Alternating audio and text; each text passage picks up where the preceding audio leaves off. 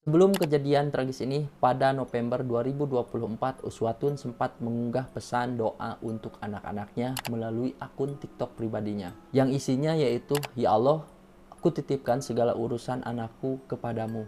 Berikan takdir terbaik untuk anakku. Wujudkan harapan dan mimpinya di waktu yang tepat." Tulis Uswatun dalam unggahannya.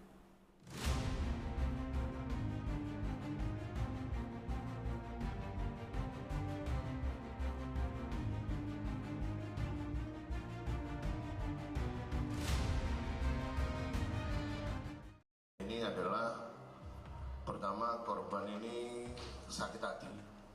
Hai, kenalin gue Agung. Kali ini gue bakal bahas kasus yang sedang ramai dibicarakan di semua platform. Yaps, kasus penemuan jasad seorang wanita dalam koper. Langsung saja kita mulai ke pembahasannya di Misteri Kasus Indonesia.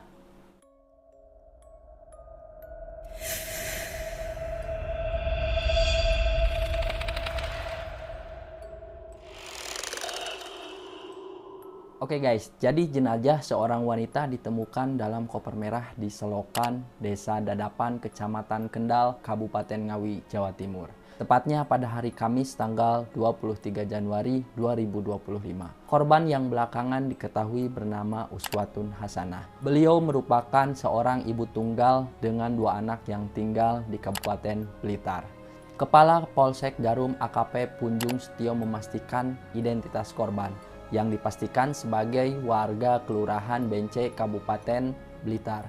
Uswatun Hasanah adalah seorang perempuan pekerja keras yang memang menjadi tulang punggung keluarganya. Meskipun dia single parent, Uswatun tetap bertanggung jawab terhadap kedua anak-anaknya, ujar kepala dusun. Uswatun bekerja di Tulung Agung sebagai tenaga penjual produk kosmetik dan hampir setiap minggu pulang ke Blitar untuk menjenguk anak-anaknya serta keluarganya. Bahkan dia tengah membangun rumah di dekat rumah neneknya di desa yang ada di Kabupaten Blitar.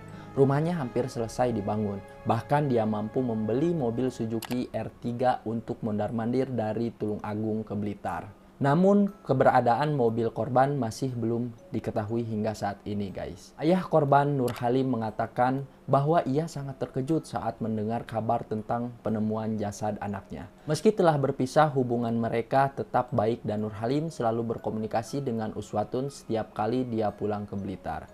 Arti berpisah di sini pisah rumah karena Uswatun punya tanggung jawab terhadap anak-anaknya dan memang kalau udah besar ya pasti berpisah rumahnya. Namun pastinya yang disebutkan tadi untuk komunikasi tetap berjalan. Jenazah Uswatun ditemukan dalam keadaan mengenaskan dengan beberapa bagian tubuh. Polisi mengungkapkan bahwa barang bukti yang ditemukan di lokasi kejadian termasuk koper, pakaian, gelang, dan sandal tengah diselidiki oleh kami. Kami menemukan resapan darah pada tubuh korban yang menunjukkan adanya kekerasan sebelum korban meninggal dunia. Dugaan sementara Uswatun menjadi korban pembunuhan yang disertai dengan mutilasi. Sebelum kejadian tragis ini, pada November 2024, Uswatun sempat mengunggah pesan doa untuk anak-anaknya melalui akun TikTok pribadinya. Yang isinya yaitu, "Ya Allah, aku titipkan segala urusan anakku kepadamu. Berikan takdir terbaik untuk anakku. Wujudkan harapan dan mimpinya di waktu yang tepat." Tulis Uswatun dalam unggahannya. Saat ini polisi masih melanjutkan penyelidikan untuk mengungkap pelaku di balik tragedi ini. Proses pencarian bukti dan pengumpulan informasi terus dilakukan, baik di Ngawi, Blitar, maupun Tulung Agung, guna mengungkap fakta-fakta baru terkait pembunuhan yang menyayat hati ini. Kepala Satuan Reserse Kriminal Polres Ngawi Ajun Komisaris Joshua Peter Krisnawan menyatakan bahwa pihaknya terus berupaya mengungkap kasus ini. "Kami terus berupaya keras mengungkap kasus ini, baik menemukan bagian korban maupun pelaku. Meski bagian tubuh korban belum lengkap ditemukan, identitas korban berhasil diungkap. Korban diketahui bernama Uswatun Hasanah, perempuan kelahiran Blitar, Jawa Timur yang berprofesi sebagai wira swasta.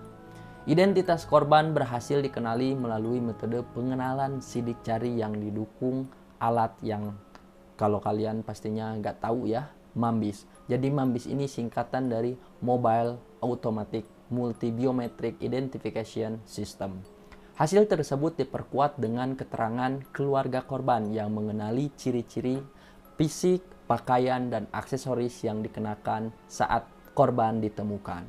Penyelidikan terus dilakukan untuk mengungkap motif serta pelaku pembunuhan sadis ini. AKP Joshua juga meminta masyarakat tidak menyebarkan informasi yang memang belum terbukti kebenarannya. Ada yang bilang korban sedang hamil. Kami pastikan bahwa korban tidak hamil. Saya minta masyarakat bijak dalam bermedia sosial dan menghormati proses penyidikan agar pelaku cepat tertangkap.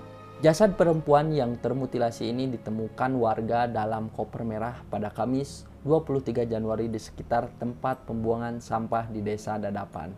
Hasil autopsi mengungkap penyebab kematian korban diduga karena kekurangan napas akibat jalan napas terhambat. Kemungkinan akibat cekikan.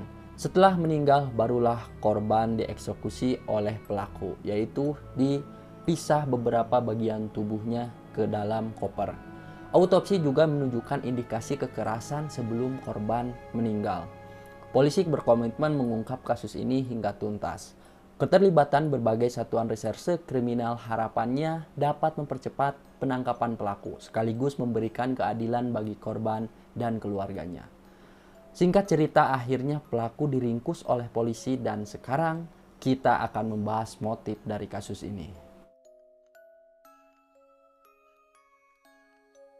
Namun sebelum lebih jauh membahas motif dari pelaku, kalian harus tahu bahwa si pelaku ini merupakan ketua ranting kecamatan sebuah perguruan silat di Kabupaten Tulung Agung. Selain itu, tersangka juga dikenal sebagai anggota sebuah LSM di Kabupaten Tulung Agung yang bergerak pada isu sosial, kemasyarakatan, dan anti korupsi. Di Reskrimum Polda Jatim, Kombes Parman menuturkan Rohmat terlebih dahulu mencekik Ana sebelum memutilasinya di salah satu hotel di Kabupaten Kediri, Jawa Timur.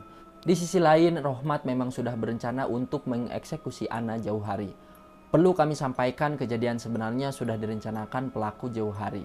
Itu mengapa pelaku mengajak bertemu korban di hotel di wilayah Kediri, kata Parman dalam konferensi pers di Mapolda Jatim.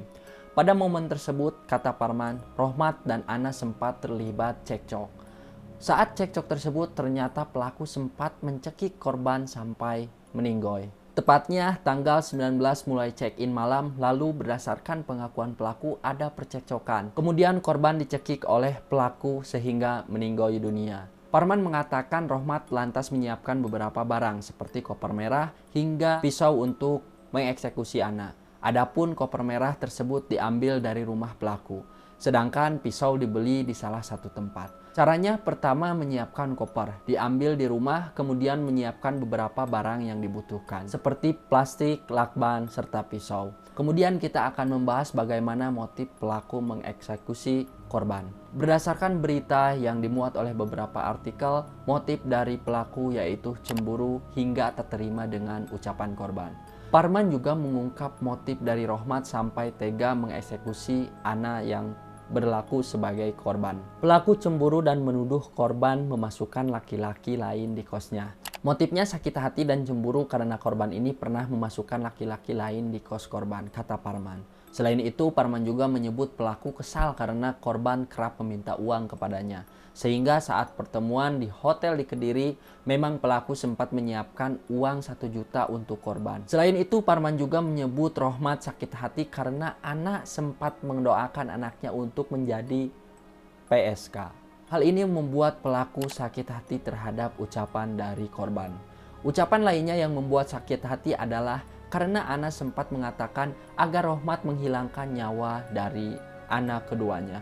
Korban ini tidak terima karena pelaku punya anak yang kedua, sehingga korban sempat melontarkan agar menghilangkan anak keduanya. Kemudian fakta dari kasus ini yaitu pelaku bukan suami si korban. Di sisi lain, Parman juga menyebut bahwa Rohmat bukanlah suami si korban, meski memang ada hubungan antara mereka. Dia mengatakan pengakuan tersebut dilakukan Rohmat demi mengelabui orang di sekitarnya. Faktanya, Rohmat tidak suami siri Ana, berhubungan sudah 3 tahun, kata Parman.